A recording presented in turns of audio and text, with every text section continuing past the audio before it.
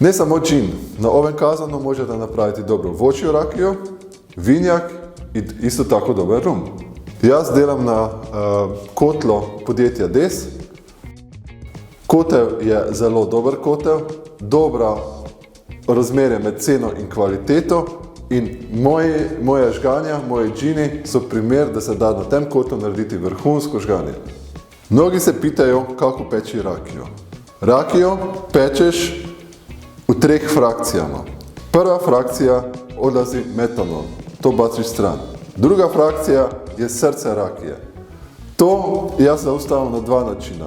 Prvi način je temperatura in drugi način je miris rakije. Jaz zaustavim destilacijo kada imam na koncu okrog 60 stupnjeva alkohola. Treći del rakije zbiramo posebno, ovi del još jednog puta predestiliramo i onda upotrebamo to žganje za delati likere.